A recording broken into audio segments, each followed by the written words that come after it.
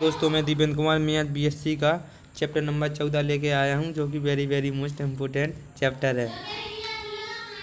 और इस चैप्टर के माध्यम से मैं आपको बता दूं कि जो आपका 6 तारीख चौथा महीना 2022 का जो एग्ज़ाम है वीयू झांसी का, उसमें 70% आपको काम आने वाला है।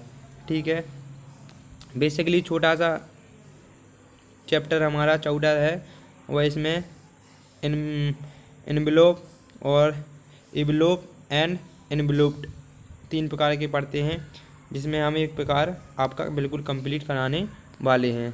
ठीक है, एनवेलोप आपका बिल्कुल कंप्लीट होने वाला है। इसमें आपको दिखाया जा रहा है कि if f x y alpha बराबर equal where alpha parameter, alpha जहाँ हमारा पैरामीटर है।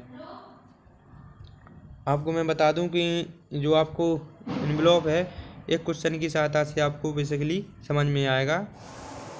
कोई ज़्यादा कठिन टॉपिक नहीं है ये। हम क्वेश्चन पर चलते हैं अपने।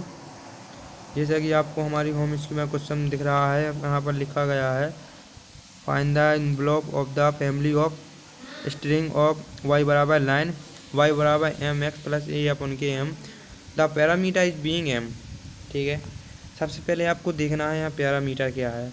पैरामीटर आपको देखना है एम। जब भी आपको क्वेश्चन दिया रहेगा तो उसमें आपको पैरामीटर दिया रहेगा। पैरामीटर जो होगा, आपको जो एक क्वेश्चन दी गई है उसमें उसी पैरामीटर के रिस्पेक्ट में डिफ्रेंशिएशन करना है। ठीक है, इसमें मैंने भी डिफ्रेंशिएशन किया। डिफ्रेंशिएशन करने के पश्चात आपको उस एम की वैल्यू फाइंड करनी है। डिफ्रेंशिएशन जिस पैरामीटर के रिस्पेक्ट में किया, इसके पश्चात आपको एम की वैल्यू फाइंड करनी है। एम की वैल्यू फाइंड करने के पश्चात मैं आपको बता दूं, एम की वैल्यू फाइंड करने के पश्चात जो आपको रेखा दी गई थी, उसी रेखा में एम की वैल्यू पुट करनी है। ठीक है, उस रेखा में आपको एम की वैल्यू पुट करनी है। इसके बाद एम की वैल्यू पुट करने के बाद आपके पास एक फंक्शन आएगा, इस कर्व की तरह एक फंक्शन या कोई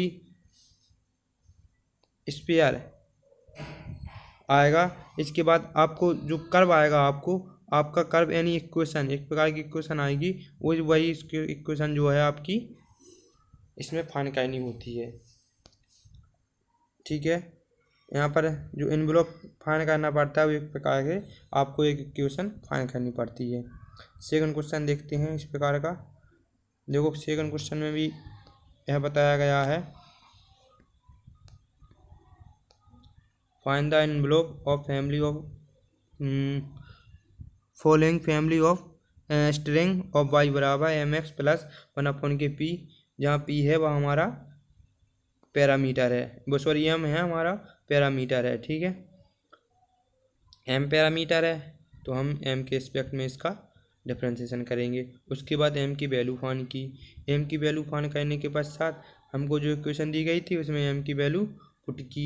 उसके पश्चात आप देख रहे हैं यहाँ पर एम की वैल्यू पुट करने के पश्चात हमको वाई का जो फंक्शन है वो हमको यहाँ पर फाइंड हो गया।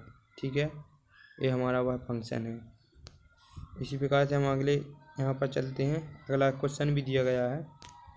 अगला क्वेश्चन है हमारा एक्स बराबर cos Q alpha plus Y बराबर साइन क्यू अल्फ़ा बराबर ए। इसमें दिखाया गया है the parameter of being alpha. Alpha parameter दिखाया गया है, तब इक्वेशन नंबर 1 मानेंगे। इसके बाद जो पैरामीटर होगा, मैंने क्या बोला था, उसके रिस्पेक्ट में हमको डिफ्रेंशिएशन करना है। डिफ्रेंशिएशन करने के पश्चात हमको अल्फ़ा की वैल्यू फाइंड करनी है। ठीक है, यहाँ पर देखिए 10 अल्फ़ा। इसके बाद यहाँ पर हम अल्फ़ा की वैल्यू फाइंड करेंगे। ठीक है, यहाँ पर हमने 10 अल्फ़ा की वैल्यू फाइंड कर ली है। ठीक है, 10 अल्फ़ा की वैल्यू फाइंड करने के पश्चात हमको जो हमारा पहले कर्व दिया गया था, यानी जो हमारा पहले लाइन दी गई थी, वो एक प्रकार का कर्व दिया गया था या लाइन दी गई थी, तो उसमें हमको अल्फ़ा की वैल्यू पुट करनी है। जैसे हमने वहाँ पर 10 अल्फ़ा दिखाया गया था, 10 से हमको कॉस अल्फ़ा और साइन अल्फ़ा हम फाइंड कर सकते हैं बेसिकली पाइथागोरस प्रमेय की सहायता से। उस प्रकार से हमने ये फाइंड कर लिया और यहाँ पर वैल्यू पुट कर दी। ठीक है, यहाँ पर हमने वैल्यू पुट की।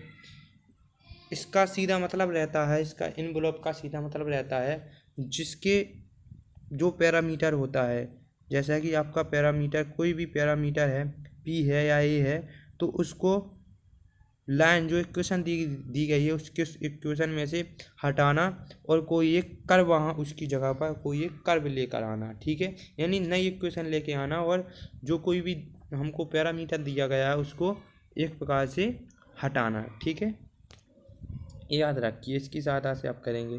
जैसा कि यहाँ पर अल्फ़ा दिया गया था, तो जो हमारी नई इक्वेशन आई है वो स्क्वायर वन अपॉन के ए स्क्वायर बराबर एक्स स्क्वायर वन अपॉन के x square plus one upon के वाई स्क्वायर। इसमें अल्फ़ा कहाँ है? अल्फ़ा नहीं है ना। इसका मतलब होता है कि हमको जो नई इक्वेशन आएगी उसमें अल्फ़ा का मान इसलिए पुट करते हैं कि वो वहाँ से हट जाए। ठीक है, अगला हमारा जो 5वां क्वेश्चन है वो दिया गया है और उसमें बताया गया है कि टी है आपका जो पैरामीटर है। ठीक है, तो मान लिया हमने टी हमारा पैरामीटर है। इसके पश्चात हमको सबसे पहले हम क्या करेंगे, आपको जैसे कि आपको यहाँ पर दिख रहा है कि हमारा टी पैरामीटर है, तो हम इसमें क्या करते हैं, इसमें हम डी वाई अपन की डी एक्स मान करते हैं। तो आपको एक रूल यहाँ पर दिख रहा है, या a square plus b x plus c बराबर 0 से तुलना करने पर द्विघात समीकरण द्वारा यह हल भी किया जा सकता है। इसलिए यहाँ पर द्विघात समीकरण द्वारा हल किया गया है। ए बी सी का मान फाइंड किया गया है। इसके बाद हम बी स्क्वायर माइनस 4ac यहाँ पर फाइंड कर लेंगे। B square minus 4ac find करने के पश्चात हम सीधा हमें ए बी सी का मान फाइंड हो गए। इसके बाद हम सीधे बी स्क्वायर माइनस 4ac द्वारा ए बी सी के मान पुट करेंगे और यहाँ पर हमारा एक नया समीकरण यानी एक क्वेश्चन आ जाएगी। ठीक है, यहाँ पर लिखा है विथ रिक्वायर्ड एल्बुलेट। ठीक है,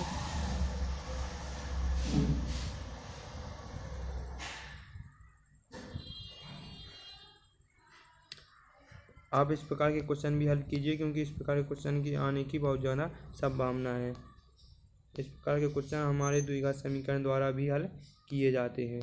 ठीक है, यदि आपको नहीं आता है यह प्रकार तो आप डिफरेंशिएशन वाली विधि भी अपना सकते हैं, नहीं तो आपको एक नई इक्वेशन बनानी पड़ती है। इसकी सहायता से आप इसको द्विघात समीकरण द्वारा हल भी कर सकते हैं। धन्यवाद दोस्तों, मैं अपना लेक्चर यहीं पर समाप्त करता हूँ।